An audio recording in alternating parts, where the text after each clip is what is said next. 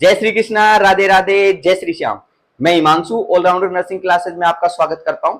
हमारा जो टॉपिक चल रहा था वो ट्यूबरक्लोसिस चल रहा था। आज ट्यूबरक्लोसिस में हम पार्ट 3 डिस्कस कर रहे हैं, जिसमें अपन मैनेजमेंट ऑफ टीबी पढ़ेंगे। पार्ट 1 और पार्ट 2 के अंदर क्या ट्यूबरक्लोसिस होता है, क्या इसकी इटियोलॉजी होती है, क्या रिस्क फैक्टर होते हैं, क्या पैथोफिजियोलॉजी होती है, क्या क्लिनिकल मैनिफेस्टेशंस होते हैं, diagnostic evaluation, mode of transmission, route of transmission, mechanism of transmission, ये सब अपन ने कवर कर दिया। अब क्या पढ़ रहे हैं पार्ट 3 में, मैनेजमेंट ऑफ टीबी पढ़ रहे हैं। आज की क्लास में मैनेजमेंट ऑफ टीबी में क्या क्या पॉइंट अपन कवर करेंगे? 3 पॉइंट अपन कवर करेंगे। पहला पॉइंट अपन जो कवर करने वाले वो करने वाले हैं फार्माकोलॉजिकल मैनेजमेंट। क्या कवर करने वाले हैं? Pharmacological management. फार्माकोलॉजिकल मैनेजमेंट अपन कवर करेंगे। नेक्स्ट पॉइंट की अगर अपन बात करें, second point is that is prevention of TB. Prevention of TB, tuberculosis को कैसे प्रिवेंट करते हैं, प्रिवेंशन ऑफ टीबी। पहले में फार्माकोलॉजिकल मैनेजमेंट, जिसमें ड्रग्स वगैरह की अपन बात करेंगे। थर्ड पॉइंट की अगर अपन बात करें इसके अंदर, थर्ड पॉइंट की, तो इसके अंदर अपन क्या डिस्कस करेंगे? Third and last is nursing management. Nursing management, ये सारे के सारे पॉइंट अपन इसके अंदर कवर करने वाले हैं। ठीक है। अब फार्माकोलॉजिकल मैनेजमेंट की भी अगर अपन बात करें तो इसमें ड्रग्स अपन देते हैं। ड्रग्स क्या देते हैं? ड्रग्स देते हैं। और वो ड्रग्स अपन किसके माध्यम से देते हैं? प्रोग्राम लॉन्च हुआ था, उस प्रोग्राम को अपन बोलते हैं RNTCP। क्या बोलते हैं? RNTCP।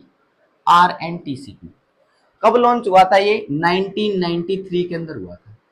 1993 के अंदर हुआ था। ठीक है, क्वेश्चन नहीं, क्वेश्चन डायरेक्ट ध्यान रखना। RNTCP की अगर बात करें तो RNTCP का क्या मतलब आपको देखने को मिलता है? क्या फुल फॉर्म होती है? Revised national tuberculosis control programme.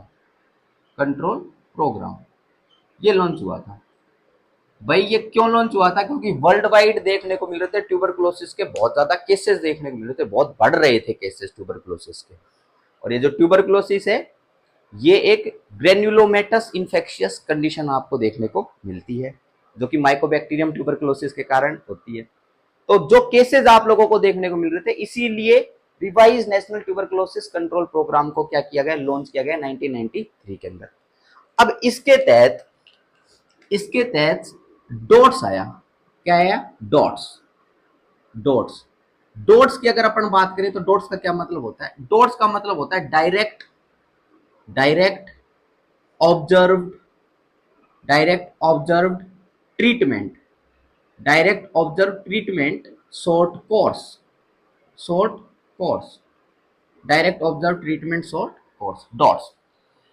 इसकी अगर बात करें तो जो अपन बात करें जिसके अंदर अपन ड्रग्स देंगे ट्यूबरक्लोसिस के मैनेजमेंट में, वो लंबे लंबे समय तक दे रहे थे, जैसे 18 महीने तक दे रहे थे अपन। ठीक है, उसको कम करके कितने कर दिया अपन ने? उसको कम करके अपन लेके गए लगभग 6 मंथ। तो डॉट्स के तहत अपन कितने मंथ तक लेके गए? 6 मंथ तक लेके गए। लगभग 6 महीने की थेरेपी देंगे। तो ड्रग्स का कितना? लगभग 6 मंथ की थेरेपी अपन देंगे। तो कम कर दिया गया 6 मंथ की थेरेपी। और पेशेंट को आइडेंटिफाई किया गया कि इसमें ट्यूबरक्लोसिस है। ठीक है, उसके अंदर पॉजिटिव स्पुटम स्पीयर टेस्ट वगैरह करे गए, तो उनसे आइडेंटिफाई किया गया कि इसमें क्या है? ट्यूबरक्लोसिस है। फिर उसको डायरेक्ट ऑब्जर्व ट्रीटमेंट का मतलब होता है उसको बिल्कुल ऑब्जर्वेशन के अंदर रखा गया, ऑब्जर्व करके उसको क्या दी गई? ड्रग्स दी गई। मतलब अपने पेशेंट सामने बुलाया और सामने बुलाकर क्या किया? उसको ड्रग दी, दवाइयां दी। ठीक है। अब डॉट्स की अगर अपन बात करें तो इनके अंदर किनका इन्वॉल्वमेंट देखने को मिल रहा था? इनके अंदर भाई पेरिफेरल हेल्थ वर्कर्स का इन्वॉल्वमेंट था। किनका? पेरिफेरल हेल्थ वर्कर्स का क्या था? इनके अंदर इन्वॉल्वमेंट था, पेरिफेरल हेल्थ वर्कर्स का। जैसे कि अगर बात करें तो यहां पर अपन डिस्कस कर सकते हैं आंगनवाड़ी वर्कर्स। किसकी बात कर सकते हैं? आंगनवाड़ी वर्कर्स की अपन बात कर सकते हैं। नेक्स्ट अगर बात करें तो ट्रेंड बर्थ असिस्टेंट।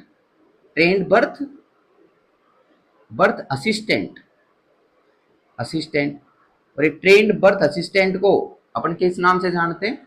इनको अपन दाइस के नाम से जानते हैं। गांव में होती है ना दाई, जो कि बर्थ में मदद करवाते, डिलीवरी के अंदर मदद करवाते, तो उनको दाइज अपन बोलते। तो trend birth assistant, anganwadi workers, ये ट्रेंड बर्थ असिस्टेंट हो गए। नेक्स्ट अगर बात करें एमपीडब्ल्यू, एमपीडब्ल्यू, एमपीडब्ल्यू की अगर बात करें, एमपीडब्ल्यू का मतलब होता है multipurpose, multipurpose workers, multipurpose workers, multipurpose workers, ठीक है। और साथ के अंदर सोशल वर्कर्स, सोशल वर्कर्स, इन सब का इन्वॉल्वमेंट था। कहने का मतलब इन सब को काम सौंपा गया कि आइडेंटिफाइड जो केस है, उस आइडेंटिफाइड केस ट्यूबरक्लोसिस का, उसको क्या करनी है, सामने से ऑब्जर्वेशन के अंदर रख के क्या देनी है, ड्रग देनी है, दवाई देनी है, ठीक है। और इनको इंसेंटिव भी मिला, इन सबको क्या मिला, इंसेंटिव भी मिला उस चीज को। पर केस 150 रुपीज, कितने, पर केस 150 रुपीज उनको दिए गए। तो ये पॉइंट अपन ध्यान रख सकते हैं, ठीक है। ये कुछ पॉइंट अपन ने इसके अंदर क्या करें, कवर करें। अब फार्माकोलॉजिकल मैनेजमेंट की अगर अपन बात करें तो इसमें अपन ड्रग्स की बात करते हैं। किसकी बात करते हैं, ड्रग्स की, ठीक है। और ड्रग्स की अगर बात करें तो ध्यानपूर्वक बात सुनना, ड्रग्स की बात करें तो दो अलग अलग प्रकार से अपन ने ट्यूबरक्लोसिस की ड्रग्स को क्लासिफाई कर रखा है। कितने प्रकार से ट्यूबरक्लोसिस को ड्रग को क्लासिफाई कर रखा है, दो प्रकार से। पहली जो क्लासिफिकेशन आपको देखने को मिलती है उसको अपन बोलते हैं first line drugs. First one is first line drugs, first line drugs. Second की अगर अपन बात करें उनको अपन बोलते हैं सेकंड लाइन ड्रग्स। क्या बोलते हैं, second line drugs. First line drugs और सेकंड लाइन ड्रग्स, ये अपन बोलते हैं, ठीक है। अब फर्स्ट लाइन ड्रग्स की अगर अपन बात करें, फर्स्ट लाइन ड्रग्स की, तो फर्स्ट लाइन ड्रग्स में अपन ने कितनी ड्रग्स इंक्लूड कर रखी है, फर्स्ट लाइन ड्रग्स में टोटल 4 ड्रग्स इंक्लूड कर रखी है। कितनी ड्रग्स, टोटल 4 ड्रग्स इसके अंदर इंक्लूड कर रखी है। करते हैं एक बार डिस्कशन, कौन कौन सी ड्रग्स है। पहली ड्रग की अगर अपन बात करें फर्स्ट ड्रग, तो फर्स्ट ड्रग जो इसके अंदर इंक्लूड कर रखी है वो है आइसोनियाजिड। किस नाम से जानते हैं उसको, आइसोनियाजिड, आइसोनियाजिड, शॉर्ट में अपन बोलते हैं INH, आइसोनियाजिड। नेक्स्ट जो ड्रग इंक्लूड कर रखी है उसकी अगर अपन बात करें उसको अपन बोलते हैं रिफाम्पेसिन, रिफाम्पेसिन, रिफाम्पेसिन। थर्ड ड्रग की अगर अपन बात करें, यहाँ पर थर्ड ड्रग जो इंक्लूड कर रखी है that is known as pyrazinamide, pyrazinamide, pyrazinamide, ठीक है। और लास्ट के अंदर अगर अपन बात करें, फोर्थ ड्रग की अगर बात करें तो fourth drug is ethambutol, fourth drug is ethambutol. तो भाई 4 ड्रग हो गई, क्या हो गई, 4 ड्रग हो गई, आइसोनियाजिड, रिफाम्पिसिन, पायराजिनामाइड एंड इथाम्ब्यूटोल। ये 4 ड्रग्स हो गई जो कि फर्स्ट लाइन ड्रग्स में अपन ने इंक्लूड कर रखी है, ठीक है। बाकी पहले एक ड्रग को और इंक्लूड करते थे फर्स्ट लाइन ड्रग्स में, जिसको अपन बोलते हैं स्ट्रेप्टोमाइसिन।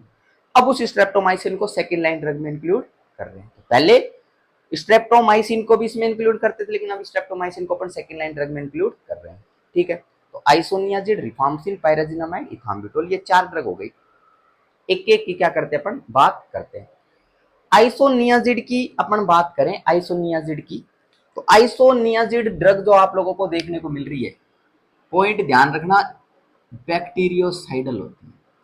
आइसोनियाजिड जो ड्रग आपको देखने को मिल रही है ये क्या होती है, बैक्टीरियोसाइडल होती है, बैक्टीरियोसाइडल। और बैक्टीरियोसाइडल का मतलब बैक्टीरिया को किल करने वाली, ठीक है।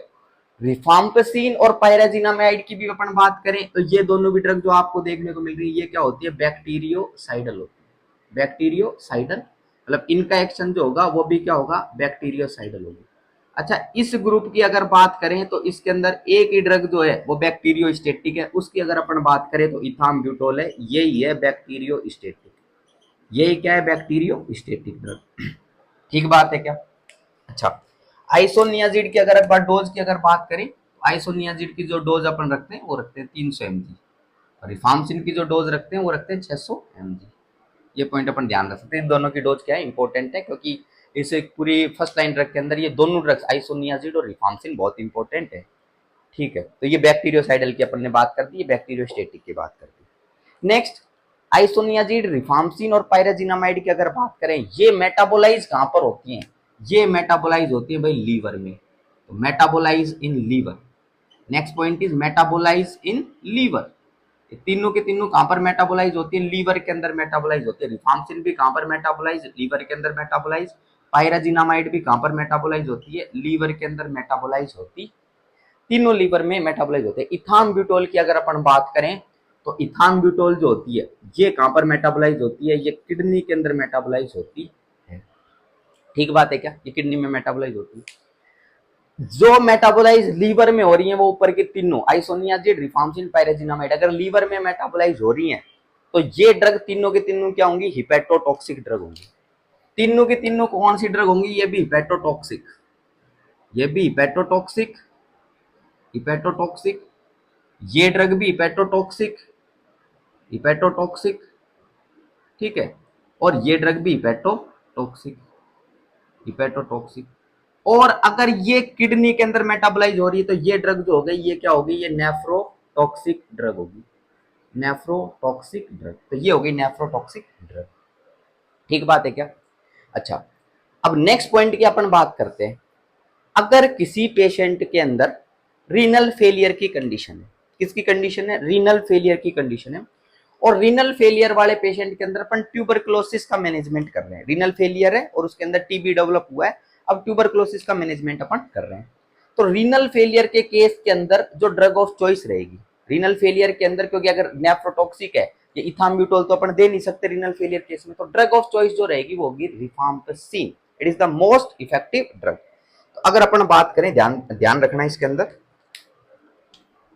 Next point is mostly used drug, mostly used या mostly effective drug, mostly effective drug या drug of choice in renal failure.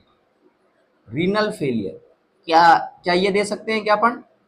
इथाम्ब्यूटोल ये तो नहीं दे सकते, तो अपन देंगे क्या इस केस के अंदर? अपन इस केस के अंदर अपन देंगे रिफाम्पिसिन। क्या देंगे? रिफाम्पिसिन। रिफाम्पिसिन का अपन इस्तेमाल करते हैं, रिफाम्पिसिन। ये पॉइंट अपन ध्यान रखेंगे, ठीक है। नेक्स्ट पॉइंट की अगर बात करें, नेक्स्ट पॉइंट, अगर लीवर फेलियर का केस है, किसका केस है? Liver failure. भाई लीवर फेलियर का केस है, लीवर फेलियर, तो भाई ऊपर की तीनों ड्रग तो लीवर फेलियर अगर है तो वो तो तीनों के तीनों अपन अवॉइड करेंगे क्योंकि हेपेटोटॉक्सिक ड्रग है। तो लीवर फेलियर के अंदर जो सेफ ड्रग होती है, लीवर फेलियर के अंदर जो सेफ ड्रग होती है एंटी ट्यूबरकुलर में, वो कौन सी होती है? वो होती है इथाम्ब्यूटोल। ये कौन सी होती है? इथाम्ब्यूटोल होती है। ये भी पॉइंट अपन ध्यान रखेंगे, इथाम्ब्यूटोल होती है। और सबसे ज्यादा साइडल एक्शन जो आपको देखने को मिलता है, सबसे ज्यादा साइडल, इन तीनों की अगर बात करें तो सबसे ज्यादा साइडल एक्शन भी किसका देखने को मिलता है आप लोगों को? वो देखने को मिलता है रिफाम्पिसिन का। सबसे ज्यादा साइडल एक्शन किसका? रिफाम्पिसिन का देखने को मिलता है। और लीवर फेलियर के अंदर जो इफेक्टिव ड्रग है लीवर फेलियर के अंदर, वो हो गई कौन सी? इथाम्ब्यूटोल। और जो रीनल फेलियर के अंदर जो इफेक्टिव ड्रग आपको देखने को मिलती है वो होती है रिफाम्पिसिन। मोस्ट ड्रग की बात कर रहा हूँ, मोस्ट इफेक्टिव ड्रग की बात कर रहा हूँ, ठीक है। ये पॉइंट अपन इधर कंक्लूड करें। नेक्स्ट पॉइंट की अगर अपन बात करें इसके अंदर और क्या पॉइंट अपन इंक्लूड कर सकते हैं? आइसोनियाजिड ड्रग जो आप लोगों को देखने को मिलती है, कौन सी ड्रग? Isoniazid drug. इसकी एक बार बात अपन कर लेते हैं। आइसोनियाजिड ड्रग जो है, इसके मैकेनिज्म ऑफ एक्शन की अगर मैं बात करूं तो ये माइकोलिक एसिड, कौन सा acid? Mycolic acid, mycolic acid, mycolic acid synthesis को क्या करती है? इनहिबिट करती है। माइकोलिक एसिड सिंथेसिस को इनहिबिट करती है क्योंकि माइकोबैक्टीरियम के अंदर ये mycolic acid, bacterial cell wall जो थी वहां पर ये सिंथेसाइज हो रहा था, माइकोलिक एसिड उसको क्या करती है? इनहिबिट करती है। ये इसका मैकेनिज्म ऑफ एक्शन हो गया, ठीक है। रिफाम्पिसिन की अगर अपन बात करें तो इसकी अगर बात करें तो ये आरएनए पॉलीमरेज इनहिबिटर है। ये क्या है? RNA polymerase inhibitor. It is A RNA polymerase inhibitor. ये क्या है? ये आरएनए पॉलीमरेज इनहिबिटर आपको देखने को मिलती है। ये माइकोलिक एसिड को इनहिबिट करती है, आरएनए पॉलीमरेज इनहिबिटर है। पायराजिनामाइड की अगर अपन बात करें तो ये ध्यान रखना, ये फैटी एसिड सिंथेसिस को क्या करती है? इनहिबिट करती है। तो किसको इनहिबिट करती है? फैटी एसिड सिंथेसिस को क्या करती है? इनहिबिट करती है। फैटी एसिड सिंथेसिस इनको क्या करती है? इनहिबिट करती है। तो ये तीनों के तीनों ड्रग्स क्या हो गई? ये साइडल एक्शन वाली ड्रग हो गई। तो ये तीनों ड्रग्स से अपन क्या कर सकते हैं? इसके अंदर बात कर सकते हैं, ठीक बात है क्या? अच्छा, नेक्स्ट पॉइंट की अगर अपन बात करें, और पॉइंट की अपन इसके अंदर और पॉइंट का अपन डिस्कशन करें तो जो आइसोनियाजिड ड्रग जो आप लोगों को देखने को मिलती है, क्या, आइसोनियाजिड ड्रग। इसकी अगर बात करें, इसमें साइड इफेक्ट आप लोगों को देखने मिलते हैं। तो isoniazid drug, side effect of INH, side effect of INH, isoniazid drug जो आपको देखने को मिलती है, इसके अंदर कुछ साइड इफेक्ट आप लोगों को देखने को मिलते हैं, उनकी मैं बात कर लेता हूं। पहला पॉइंट ध्यान रखेंगे इसके अंदर कि अगर अपन डिस्कस करें, इसके अंदर हेल्यूसिनेशन आप लोगों को देखने को मिल सकते हैं। क्या देखने को मिल सकते हैं, हेल्यूसिनेशन आप लोगों को इस पेशेंट के अंदर देखने को मिल सकते हैं। ठीक है, मेमोरी से रिलेटेड भी आप लोगों को समस्याएं इसके अंदर देखने को मिल सकती है। ठीक है, मेमोरी के ऊपर भी इफेक्ट डालती है, हेल्यूसिनेशंस की कंडीशन भी आपको देखने को मिल सकती है। नेक्स्ट पॉइंट की अगर बात करें, यहाँ पर एनीमिया आपको देखने को मिलता है। क्या देखने को मिलता है, एनीमिया। एनीमिया को क्या करना, हाईलाइट करना। एनीमिया आप लोगों को यहाँ पर देखने को मिलता है, आईएनएच का साइड इफेक्ट है ये। ठीक है, नेक्स्ट पॉइंट की अगर बात करें, सबसे इंपॉर्टेंट है पेरिफेरल न्यूरोपैथी। सबसे इंपॉर्टेंट है पेरिफेरल न्यूरोपैथी। पेरिफेरल न्यूरोपैथी की कंडीशन भी आप लोगों को यहाँ पर देखने को मिलती है, पेरिफेरल न्यूरोपैथी। ठीक है, ये पॉइंट अपन ध्यान रख सकते हैं। तो एल्यूसिनेशन हो गया, एनीमिया हो गया, न्यूरोपैथी की कंडीशन आप लोगों को देखने को मिल रही है इधर। नेक्स्ट पॉइंट की अगर अपन बात करें, इस आइसोनियाजिड की अगर अपन बात करें, तो एक पॉइंट और ध्यान रखेंगे इसके अंदर। क्या पॉइंट अपन ध्यान रखेंगे, ये गाइनेकोमेस्टिया करती है। क्या करती है, गाइनेकोमेस्टिया करती है। तो ये ड्रग क्या करती है, गाइनेकोमेस्टिया करती है। गाइनेकोमेस्टिया का मतलब होता है enlargement of breast in males. Males के अंदर एनलार्जमेंट ब्रेस्ट का जो देखने को मिलता है, उसको अपन गाइनेकोमेस्टिया के नाम से अपन जानते हैं। तो ये पॉइंट अपन क्या कर सकते हैं, इसके अंदर कंसिडर कर सकते हैं। तो पेरिफेरल न्यूरोपैथी और गाइनेकोमेस्टिया करने वाली ये ड्रग है।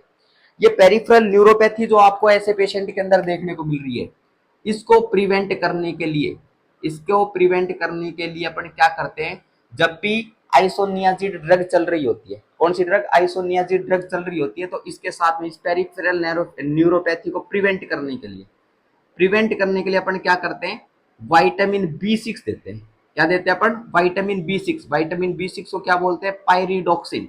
क्या बोलते हैं, पायरिडॉक्सिन अपन देते हैं। कितने mg, 10 mg अपन इस्तेमाल करते हैं। कितने mg इस्तेमाल करते हैं, 10 mg। इसके साथ में क्या इस्तेमाल करते हैं अपन, विटामिन B6 का अपन इस्तेमाल करते हैं। तो विटामिन B6 अगर अपन यूज करेंगे 10 mg के अंदर, तो पेरिफेरल न्यूरोपैथिक कंडीशन आप लोगों को देखने को नहीं मिलती।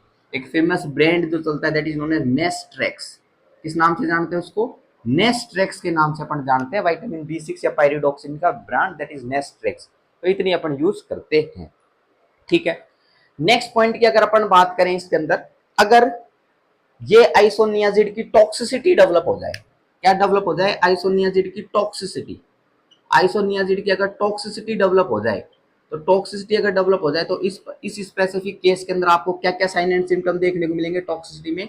एक पॉइंट तो ध्यान रखेंगे, दैट इज मेटाबॉलिक एसिडोसिस। क्या ध्यान रखना है, मेटाबॉलिक एसिडोसिस की कंडीशन आपको देखने को मिलेगी। और ऐसे पेशेंट में टॉक्सिसिटी अगर डेवलप हो रही है, तो सीजर्स डेवलप हो सकते हैं। क्या डेवलप हो सकते हैं, सीजर्स डेवलप हो सकते हैं। तो मेटाबॉलिक एसिडोसिस और सीजर्स, ये कंडीशन आपको देखने को मिलती है आइसोनियाजिड के साथ में। ट्रीटमेंट की अगर अपन बात करें, ये टॉक्सिसिटी डेवलप हो रही है, ये अगर साइन एंड सिम्टम्स आपको देखने को मिले, तो इनका ट्रीटमेंट की अगर अपन बात करें, पहला पॉइंट तो ध्यान रखेंगे, पायरिडॉक्सिन का अपन इस्तेमाल करेंगे। किसका इस्तेमाल करेंगे, पायरिडॉक्सिन का अपन इस्तेमाल करेंगे। और साथ के अंदर यहाँ पर अपन बेंजोडाइजेपिन्स अपन देते हैं। क्या देते हैं अपन, बेंजोडाइजेपिन्स देते हैं। बेंजोडाइजेपिन्स ड्रग अपन देते हैं। ठीक है, तो ये पॉइंट अपन ध्यान रखेंगे। ये बेंजोडाइजेपिन्स या सीजर वगैरह जो आपको देखने को मिल रहे हैं, उसके अंदर ये इफेक्टिव रहेगी। जैसे कि डाइजीपाम जो है, डाइजीपाम, उसका अपन क्या कर सकते हैं, यूज कर सकते हैं। ठीक है, तो ये पॉइंट अपन इसमें इंक्लूड कर दिया। नेक्स्ट पॉइंट, आइसोनियाजिड ड्रग जो आप लोगों को देखने को मिल रही है, आइसोनियाजिड ड्रग, इससे रिलेटेड एक नर्सिंग रेस्पॉन्सिबिलिटी बता देता हूं। और ये आइसोनियाजिड से रिलेटेड नर्सिंग रेस्पॉन्सिबिलिटी बहुत इंपॉर्टेंट है। अगर इसकी बात करें, अवॉइड एल्कोहल। क्या पॉइंट डिस्कस कर रहा हूं, अवॉइड एल्कोहल, एल्कोहल कॉमा चीज, अवॉइड एल्कोहल कॉमा चीज। या फिर अगर अपन बात करें, टायरामिन रिच डाइट को क्या करना है, अवॉइड करना है। टायरामिन रिच डाइट को क्या करना है, अवॉइड करना है। टायरामिन रिच डाइट, तीन चीज हो गई, एल्कोहल, चीज एंड टायरामिन रिच डाइट को इस आइसोनियाजिड के साथ में क्या करना है भाई, अवॉइड करना है। क्योंकि अगर ये देंगे अपन आइसोनियाजिड, किसी पेशेंट को चल रही है, और एल्कोहल वगैरह, चीज वगैरह और टायरामिन रिच डाइट, इनका अगर किसी भी पेशेंट ने कंजप्शन किया है, तो उस पेशेंट के अंदर चीज लाइक रिएक्शन डेवलप हो सकती है। कैसी रिएक्शन, चीज लाइक रिएक्शन डेवलप हो सकती है, तो जिसको अपन चीज रिएक्शन बोलते हैं। चीज रिएक्शन क्या हो सकती है, डेवलप हो सकती है। ये चीज रिएक्शन सेम माओ इनिबिटर्स के साथ में भी डेवलप होती है। माओ इनिबिटर्स दैट फुल फॉर्म की बात करें, मोनो अमीनो ऑक्सीडेज इनिबिटर, उनके साथ भी क्या होती है, डेवलप होती है। और ये चीज रिएक्शन वगैरह डेवलप हो रही है। यहाँ पर और भी नर्सिंग रेस्पॉन्सिबिलिटी बनती है, monitor for the blood pressure. किसके साथ मॉनिटर करो, मॉनिटर करो बीपी के, monitor for BP, blood pressure के लिए मॉनिटर करो पेशेंट को, हेडेक के लिए मॉनिटर करो, किसके लिए, headache, monitor for BP, headache, इनके लिए क्या कर सकते हैं अपन, मॉनिटर कर सकते हैं पेशेंट में। ठीक है, तो ये पॉइंट अपन ने ध्यान रखा कि आइसोनियाजिड के साथ में अपन ने चीज रिएक्शन जो होती है वो कॉमन होती है, इसीलिए अल्कोहल चीज वगैरह इनको क्या करना है, अवॉइड करना है। ठीक है, तो ये ध्यान रखना है। क्लियर बात है क्या इतनी? तो ये अपन ने आइसोनियाजिड के बारे में कुछ पॉइंट अपन ने डिस्कस करे। ये पेरिफेरल न्यूरोपैथी जो लिखा गया शब्द जो है, और ये विटामिन B6, इनके बारे में जो भी ये मैंने बातें जो बताई है बहुत इंपॉर्टेंट है। कॉम्पिटिशन के अंदर बहुत बार ये क्वेश्चन यहाँ पर आए हुए हैं आप लोगों के। ठीक है, तो ये कुछ पॉइंट अपन क्या कर सकते हैं, इसके अंदर ध्यान रख सकते हैं।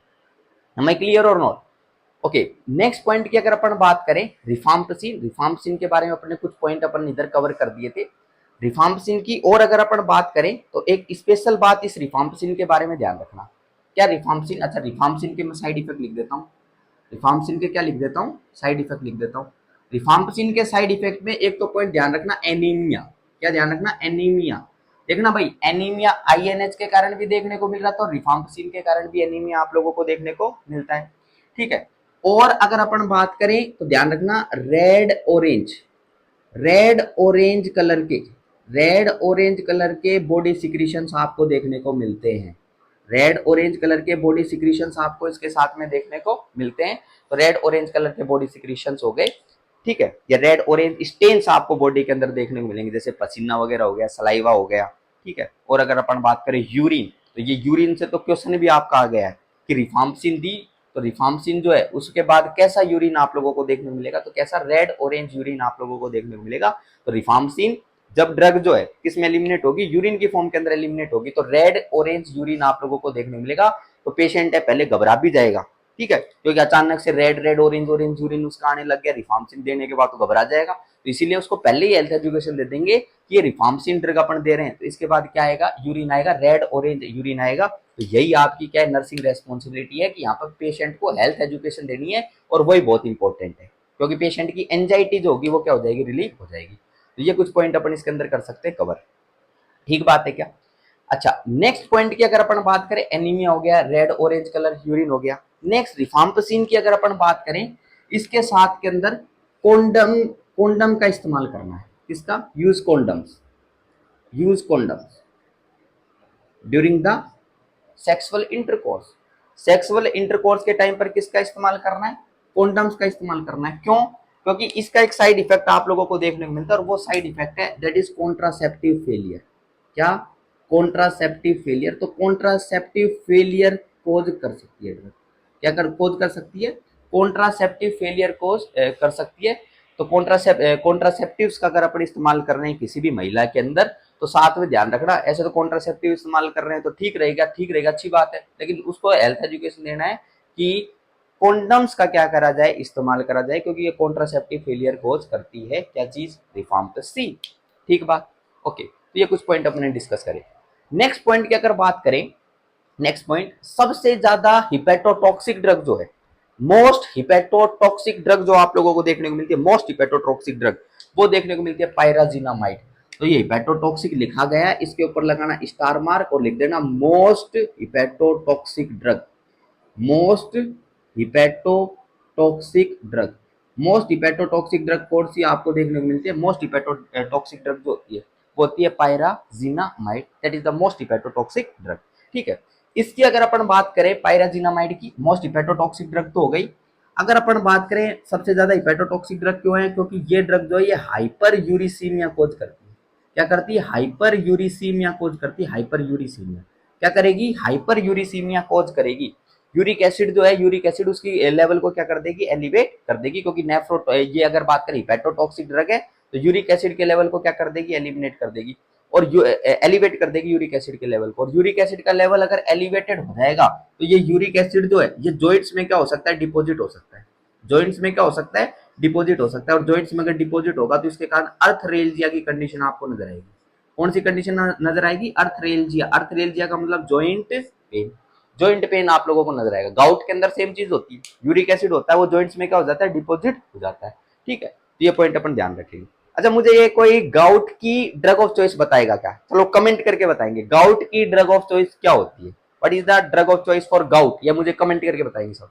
ठीक है, तो ये हाइपर यूरिसीमिया करने वाली ड्रग है। सबसे ज्यादा हिपैटोटॉक्सिक ड्रग आपको देखने को मिलती है। और जॉइंट्स की अगर अपन बात करें तो जॉइंट्स के अंदर ये डिपॉजिट होगा यूरिक एसिड, और उसके कारण जॉइंट में पेन आप लोगों को देखने को मिलेगा। That condition is known as arthralgia. Am I clear और नॉट? बोलो भाई बोलो। ओके, ये पॉइंट अपन ध्यान रख सकते हैं। नेक्स्ट अगर बात करें लीस्ट हिपैटोटॉक्सिक ड्रग जो आप लोगों को देखने को मिलती है, लीस्ट हिपैटोटॉक्सिक ड्रग, तो लीस्ट हिपैटोटॉक्सिक ड्रग जो होती है वो रिफाम्पिसिन होती है। तो हिपैटोटॉक्सिक तो है but least hepatotoxic, it is least hepatotoxic drug, it is least hepatotoxic drug. सबसे ज्यादा कौन सी? ये। और ये आइसोनियाजिड सेकंड नंबर पे हो गई। आइसोनियाजिड कौन से नंबर पे होगी? सेकंड नंबर पे हो गई। ये फिर ये ड्रग हो गई, ये लीस्ट हिपैटोटॉक्सिक ड्रग हो गई। और इथाम्ब्यूटोल तो हिपैटोटॉक्सिक है ही नहीं, ये नेफ्रोटॉक्सिक है, ये तो लीवर फेलियर में सेफ है इथाम्ब्यूटोल। ठीक है, सबसे ज्यादा कौन सी हुई? सबसे ज्यादा ये ड्रग हो गई। और फिर अगर अपन बात करें सेकंड नंबर पे आइसोनियाजिड, और थर्ड नंबर पे सबसे कम जो हिपैटोटॉक्सिक है वो कौन सी? रिफाम्पिसिन है। ये सारे कॉम्पिटिटिव एस्पेक्ट को मैं कवर कर रहा हूँ भाई इसके अंदर, फर्स्ट लाइन ड्रग्स के अंदर। ठीक है, तो ये पॉइंट अपन ध्यान रख सकते हैं। नेक्स्ट पॉइंट की अगर अपन बात करें, कुछ इथाम्ब्यूटोल के बारे में अपन ने बात करी है, जो कि बैक्टीरियोस्टेटिक होती है और किडनी से मेटाबलाइज होती है। नेफ्रोटॉक्सिक ड्रग आप लोगों को ये देखने को मिलती है। और अगर अपन डिस्कस करें तो इथाम्ब्यूटोल के बारे में अपन क्या पॉइंट अपन डिस्कस कर सकते हैं कि इस ड्रग के कारण ऑप्टिक न्यूराइटिस की कंडीशन आपको देखने को मिलती है। किसकी कंडीशन? Optic neuritis. क्या देखने को मिलता है? ऑप्टिक न्यूराइटिस आप लोगों को देखने को मिलता है। ऑप्टिक न्यूराइटिस, या फिर अपन बोल सकते हैं आई टॉक्सिसिटी। क्या देखने को मिलती है? आई टॉक्सिसिटी की कंडीशन आपको देखने को मिलती है। तो ये इथाम्ब्यूटोल का क्या होता है? एक साइड इफेक्ट होता है। इथाम्ब्यूटोल के साइड इफेक्ट की मैंने बात कर दी। तो ये मैंने फर्स्ट लाइन ड्रग्स जो है, फर्स्ट लाइन ड्रग्स को मैंने पूरी तरीके से कवर कर दिया। आइसोनियाजिड, रिफाम्पिसिन, पायराजिनामाइड, इथाम्ब्यूटोल, इन सब को मैंने कवर कर दिया। ठीक बात है क्या इसके अंदर? बोलो भाई बोलो, ठीक बात है क्या? अच्छा, नेक्स्ट अगर बात करें इसके अंदर, नेक्स्ट कुछ स्पेसिफिक अगर अपन बात करें तो ध्यान में रख सकते हैं, कई बार जो पेशेंट आपको देखने को मिल रहा है, कई बार पेशेंट, उस पेशेंट की अगर अपन बात करें तो उस पेशेंट के अंदर इन ड्रग्स के अगेंस्ट में रेजिस्टेंस डेवलप हो जाता है। इन ड्रग्स, ये ड्रग्स अपन दे रहे हैं, इनके अगेंस्ट में क्या डेवलप हो जाता है? रेजिस्टेंस डेवलप हो जाता है। रेजिस्टेंस डेवलप हो जाता है। और रेजिस्टेंस जो आप लोगों को देखने को मिल रहा है, रेजिस्टेंस की अगर अपन बात करें, एक बार सुनना, रेजिस्टेंस की अगर अपन बात करें तो एक प्रकार का रेजिस्टेंस आपको देखने को मिलता है, उसको अपन बोलते हैं एमडीआर टीबी। किस नाम से जानते हैं? एमडीआर टीबी के नाम से जानते हैं। एमडीआर टीबी, एमडीआर टीबी की अगर अपन बात करें, multi drug resistant TB, multi drug resistant TB. इस मल्टी ड्रग रेजिस्टेंट टीबी की अगर बात करें तो किसके अगेंस्ट में रेजिस्टेंस डेवलप हो जाए? कौन कौन सी ड्रग की बात करें? यहाँ पर एक तो अपन पॉइंट ध्यान रख सकते हैं आइसोनियाजिड, और एक अपन ड्रग ध्यान रख सकते हैं रिफाम्पिसिन। इन ड्रग के अगेंस्ट में अगर रेजिस्टेंस डेवलप हो जाए तो उस कंडीशन को एमडीआर टीबी के नाम से जानते हैं। मतलब अगर इनका रेजिस्टेंस डेवलप हो गया तो फिर तो ये ड्रग काम नहीं करेंगी। तो ये दोनों ड्रग का अगर रेजिस्टेंस डेवलप हो रहा है तो उस कंडीशन को मल्टी ड्रग रेजिस्टेंट टीबी के नाम से जानते हैं। ठीक है, नेक्स्ट पॉइंट की अगर बात करें, एक रेजिस्टेंस और आप लोगों को देखने को मिलता है, और वो रेजिस्टेंस आप लोगों को देखने को मिल रहा है, उसको अपन बोलते हैं एक्सडीआर टीबी। एक्सडीआर टीबी, ये तो मल्टी ड्रग रेजिस्टेंट टीबी था। इसकी अगर बात करें, एक्सटेंसिव ड्रग रेजिस्टेंट टीबी, किस नाम से जानते हैं? एक्सटेंसिव ड्रग रेजिस्टेंट टीबी के नाम से अपन जानते हैं। अच्छा, इसमें किस किस के अगेंस्ट में रेजिस्टेंस डेवलप हो सकता है? पहला पॉइंट अपन ध्यान रखें, आइसोनियाजिड के साथ में हो रहा है, रिफाम्पिसिन के साथ में हो रहा है। और अपन अगर अपन बात करें, यहां पर इस्तेमाल करते हैं फ्लोरोक्विनोल्स। क्या इस्तेमाल करते हैं? फ्लोरोक्विनोल्स। फ्लोरोक्विनोल्स, उन फ्लोरोक्विनोल्स के अगेंस्ट में रेजिस्टेंस डेवलप हो रहा है। And at least at least one injectable one injectable one injectable aminoglycoside, one injectable aminoglycoside, one injectable aminoglycoside के अगेंस्ट में क्या डेवलप हो रहा है? रेजिस्टेंस डेवलप अगर हो रहा है तीन चार चीजें हो गई भाई, आईएनएच और रिफाम्पिसिन तो था ही, और साथ में फ्लोरोक्विनोल्स, फ्लोरोक्विनोल्स के अगेंस्ट में रेजिस्टेंस डेवलप हो रहा है, और कम से कम एक इंजेक्टेबल अमीनोग्लाइकोसाइड के अगेंस्ट में रेजिस्टेंस डेवलप हो गया। तो बहुत सारी ड्रग्स हो गई, उनको अपन एक्सडीआर टीबी के नाम से जानेंगे, एक्सटेंसिव ड्रग रेजिस्टेंट टीबी के नाम से अपन जानते हैं। ठीक बात है क्या इतनी? तो ये कुछ पॉइंट अपन क्या कर सकते हैं इसके अंदर कवर कर सकते हैं। अमीनोग्लाइकोसाइड जो ड्रग होती है वो साइडल ड्रग्स होती है, बैक्टीरियोसाइडल इनका एक्शन आप लोगों को देखने को मिलता है, बैक्टीरियोसाइडल, और मोस्टली अमीनोग्लाइकोसाइड को अपन आईवी रूट से अपन देते हैं। कौन सी रूट से देते हैं? आईवी रूट से अपन देते हैं। तो ये पॉइंट अपन ध्यान रख सकते हैं। अच्छा, ये रेजिस्टेंस आप लोगों को देखने को मिल रहा है, क्या देखने को मिल रहा है? रेजिस्टेंस। इस रेजिस्टेंस के कारण अगर ये रेजिस्टेंस डेवलप हो रहा है तो भाई साहब अपने को क्या इस्तेमाल करनी पड़ेगी? अपने को इस्तेमाल करनी पड़ेगी सेकंड लाइन ड्रग्स। तो रेजिस्टेंस जो कि एमडीआर टीबी और एक्सडीआर टीबी आपको देखने को मिल रहा है, अगर ये चीज देखने को मिल रही है तो उसके कारण क्या इस्तेमाल करना पड़ेगा अपने को? सेकंड लाइन ड्रग्स इस्तेमाल करनी पड़ेंगी। तो सेकंड लाइन ड्रग्स का जो रीजन है क्यों अपन इस्तेमाल करेंगे, वो इन रेजिस्टेंस के कारण आप लोग इस्तेमाल करोगे, तो सेकंड लाइन ड्रग्स का यूज अपन करते हैं। ठीक है, नेक्स्ट पॉइंट की अगर बात करें, एक बार सेकंड लाइन ड्रग्स का रीजन मैंने दे दिया, उस पर चलने से पहले मैं एक बार फेजेस की बात कर लेता हूं। फेजेस किसकी बात कर रहा हूं? फेजेस, फेजेस की मैं बात कर रहा हूं, फेजेस की। अगर फेजेस की अगर मैं बात करूं तो जो न्यू केस आप लोगों को देखने को मिल रहा है, कौन सा केस? नया केस आपको देखने को मिल रहा है, न्यू केस, उसका ट्रीटमेंट अपन कर रहे हैं। तो दो फेजेस के अंदर अपन करते हैं। पहला जो फेज आपको देखने को मिलता है उसको अपन बोलते हैं इंटेंसिव फेज। किस नाम से जानते हैं? इंटेंसिव फेज के नाम से जानते हैं। पहली फेज जो देखने को मिलती है उसको इंटेंसिव फेज के नाम से जानते हैं। सेकंड फेज जो आप लोगों को देखने को मिल रही है उसको कंटिन्यूएशन फेज के नाम से जानते हैं। किस नाम से जानते हैं? कंटिन्यूएशन फेज के नाम से जानते हैं। जो न्यू केस आपको देखने को मिल रहा है उसमें दो फेजेस के अंदर अपन ट्रीटमेंट करते हैं, एक तो इंटेंसिव फेज हो गई, एक कंटिन्यूएशन फेज हो गई। और इनकी अगर अपन बात करें तो इंटेंसिव फेज की अगर बात करें तो ये इंटेंसिव फेज जो अपन रखते हैं ये लगभग लगभग कितने मंथ के लिए रखते हैं? ये रखते हैं अपन 2 मंथ। कितने मंथ? 2 मंथ के लिए अपन रखते हैं। नेक्स्ट कंटिन्यूएशन फेज की अगर बात करें ये रखते हैं अपन 4 मंथ के लिए। क्या रखते हैं? 4 मंथ के लिए अपन रखते हैं। क्लियर बात है क्या? अच्छा, इंटेंसिव फेज की अगर बात करें तो इसमें जो टाइम अपन रखेंगे वो 2 मंथ है, उधर 4 मंथ है, मतलब लेस टाइम आपको देखने को मिल रहा है, इधर टाइम ज्यादा है, लेस टाइम है, और कंटिन्यूएशन फेज में टाइम ज्यादा है। ठीक है। अच्छा, इंटेंसिव फेज की अगर अपन बात करें, इसके अंदर टाइम तो कम है लेकिन नंबर ऑफ ड्रग्स ज्यादा होंगी। Number of drugs are more, number of drugs are more, number of drugs are more. और कंटिन्यूएशन फेज की बात करें उधर टाइम तो ज्यादा है लेकिन नंबर ऑफ ड्रग्स क्या रहेंगी? कम होंगी। ध्यान रखना, number of drugs are less, number of drugs are less, number of drugs are less. ठीक है, तो ये पॉइंट अपन ध्यान रखेंगे, नंबर ऑफ ड्रग्स इधर तो ज्यादा, नंबर ऑफ ड्रग्स इधर कम। अच्छा, इंटेंसिव फेज की अगर बात करें तो एक स्पेसिफिक पॉइंट सुनना, इसके अंदर अपन नंबर ऑफ ड्रग्स ज्यादा दे रहे हैं 2 महीने के लिए। ये क्यों दे रहे हैं अपन? कि ज्यादा से ज्यादा जो ट्यूबरकल बेसिलाई है वो क्या हो सके? किल हो सके, उनके ऊपर ज्यादा से ज्यादा एक्शन हो और ट्यूबरकल बेसिलाई क्या हो सके? किल हो सके। More and more, more and more tubercle bacilli, more and more tubercle bacilli, bacilli can be killed, can be killed. तो उनको क्या करा जाए? उनको किल कर दिया जाए। और कंटिन्यूएशन फेज जो 4 महीने के अपन रखते हैं, ये क्यों रखते हैं? जो कि पहले तो बैक्टीरिया को किल कर दिया अपन ने, कुछ डोरमेंट बेसिलाई की अपन ने बात करी थी। किसकी बात करी थी? डोरमेंट बेसिलाई की अपन ने बात करी थी, जो कि इनएक्टिवेटेड फॉर्म के अंदर प्रेजेंट आपको देखने को मिलता है। डोरमेंट बेसिलाई की अपन ने बात कर रखी है, पैथोफिजियोलॉजी के अंदर जो डोरमेंट बेसिलाई है वो प्रेजेंट आपको देखने को मिल रहा है, लेकिन उस डोरमेंट बेसिलाई की ग्रोथ को इनहिबिट करने के लिए, उसको लास्ट के अंदर डिस्ट्रॉय करने के लिए, तो उस डोरमेंट बेसिलाई के लिए अपन क्या करते हैं? कंटिन्यूएशन फेज का इस्तेमाल करते हैं। तो कंटिन्यूएशन फेज जो है किस पे टारगेट करती है? जो इनएक्टिव फॉर्म के अंदर बेसिलाई आपको देखने को मिल रहा है, जिसको किस नाम से जानते हैं? डोरमेंट बेसिलाई के नाम से अपन जानते हैं। तो उसके ऊपर जो टारगेट करती है वो कौन सी करती है? कंटिन्यूएशन फेज टारगेट करती है। ठीक बात है क्या? बहुत बढ़िया। इंटेंसिव फेज के अंदर अपन कौन कौन सी ड्रग का इस्तेमाल करते हैं? तो इंटेंसिव फेज के अंदर जो फर्स्ट लाइन ड्रग्स जो आप लोगों को देखने को मिल रही है, चारों का इस्तेमाल अपन करेंगे। कौन कौन सी हो गई भाई? एक तो ध्यान रखना, आइसोनियाजिड। कौन सी हो गई? आइसोनियाजिड हो गई। नेक्स्ट अगर बात करें यहाँ पर रिफाम्पिसिन हो गई। नेक्स्ट ड्रग कौन सी हो गई? रिफाम्पिसिन हो गई। नेक्स्ट अगर बात करें यहाँ पर कौन सी ड्रग हो गई? पायराजिनामाइड। कौन सी ड्रग हो गई? पायराजिनामाइड ड्रग हो गई। और नेक्स्ट पॉइंट की अगर बात करें लास्ट के अंदर, इथाम्ब्यूटोल। कौन सी ड्रग हो गई? इथाम्ब्यूटोल।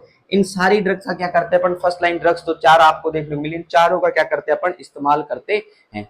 लेकिन इधर कंटिन्यूएशन फेज की अगर अपन बात करें, किसकी बात करें, कंटिन्यूएशन फेज की अगर बात करें, तो कंटिन्यूएशन फेज के अंदर अपन क्या क्या इस्तेमाल करते हैं, कौन कौन सी ड्रग्स यहाँ पर इस्तेमाल करते हैं। पहला पॉइंट ध्यान रखना, आइसोनियाजिड का यहाँ पर भी इस्तेमाल करेंगे अपन। नेक्स्ट पॉइंट की अगर बात करें, रिफाम्पिसिन, रिफाम्पिसिन रिफाम्पिसिन का अपन इस्तेमाल करेंगे। और नेक्स्ट पॉइंट की अगर अपन बात करें, इथाम्ब्यूटोल, किसका इस्तेमाल करेंगे, इथाम्ब्यूटोल का अपन इस्तेमाल करेंगे।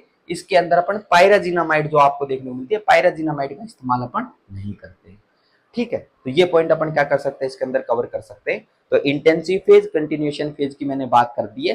जो न्यू आप लोगों का न्यू पेशेंट देखने को मिल रहा है, नया पेशेंट देखने को मिल रहा है, उसके अंदर 6 महीने का ट्रीटमेंट अपन ऐसे करते हैं और बीच में मिस नहीं करवाना है। तो ये पॉइंट अपन क्या कर सकते हैं, इसमें ध्यान रख सकते हैं। फिर बात ये आती है, अगर अगर किसी पेशेंट ने क्या डेवलप कर लिया, एमडीआर टीबी डेवलप कर लिया या एक्सडीआर टीबी डेवलप कर लिया, ये डेवलप कर दिया, तो उन कंडीशंस के अंदर क्या होता है, उन कंडीशन के अंदर ये इंटेंसिव फेज और कंटिन्यूएशन फेज बढ़ जाती है। तो इन दोनों की अगर बात करें, तो इनके अंदर कौन सी फेज, इंटेंसिव फेज और कंटिन्यूएशन फेज, ये क्या हो जाती है, इनका टाइम ड्यूरेशन क्या हो जाता है, बढ़ जाता है। तो इंटेंसिव फेज का भी टाइम ड्यूरेशन बढ़ गया और कंटिन्यूएशन फेज का भी टाइम ड्यूरेशन बढ़ गया। इनके अंदर ये आप लोगों को देखने को मिलता है। नेक्स्ट पॉइंट की अगर अपन बात करें, इसके अंदर और क्या पॉइंट ध्यान रखेंगे, इधर नंबर ऑफ ड्रग्स भी क्या हो जाती है, इंक्रीज हो जाती है। तो नंबर ऑफ ड्रग्स भी क्या हो गई, इंक्रीज हो गई। इनके अंदर अगर ये चीज आप लोगों को देखने को मिले, तो नंबर ऑफ ड्रग्स भी इंक्रीज हो गई और इंटेंसिव फेज और कंटिन्यूएशन फेज का टाइम ड्यूरेशन भी बढ़ जाता है। ये बाद में जब अपन फार्माकोलॉजी अपन डिस्कस करेंगे, तो फार्माकोलॉजी में अपन डिस्कस करेंगे एमडीआरटीबी और एक्सडीआरटीबी के अंदर कौन कौन सी ड्रग अपन देते हैं। ये पॉइंट अभी अपन medical surgical adult health nursing के हिसाब से अपन ये कुछ पॉइंट अपन कवर कर रहे हैं। इतनी नॉलेज आप लोगों को अभी होनी चाहिए। बाकी फार्माकोलॉजी के अंदर और अपन पॉइंट कवर करेंगे, इसमें कितना टाइम इंटरवल रखेंगे, इसमें कितना रखेंगे, कौन सी ड्रग्स इंक्लूड कर रहे हैं, तो वो सारे पॉइंट अपन इसके अंदर कवर करने वाले हैं। पर ध्यान रखना, नंबर ऑफ ड्रग्स क्या हो जाती है, इंक्रीज हो जाती है। ठीक है, तो ये पॉइंट जो मैंने यहाँ पर कवर करे हैं, वो क्या कवर कर दिए, फर्स्ट लाइन ड्रग्स मैंने कवर कर दिया। अब सेकंड लाइन ड्रग्स का मैंने सेकंड लाइन ड्रग्स का रीजन दे दिया। अगर रेजिस्टेंस डेवलप हो रहा है तो सेकंड लाइन ड्रग्स का अपन इस्तेमाल करेंगे। अब सेकंड लाइन ड्रग्स पे मैं चलता हूँ, और सेकंड लाइन ड्रग्स पे स्टार्ट करने से पहले मैं बोर्ड को क्या कर रहा हूँ, रफ कर रहा हूँ। समझ में आ रही है कि बात, ओके, बोर्ड को रफ कर रहा हूँ। अब सेकंड लाइन ड्रग हेडिंग लगा दो भाई, second line drugs.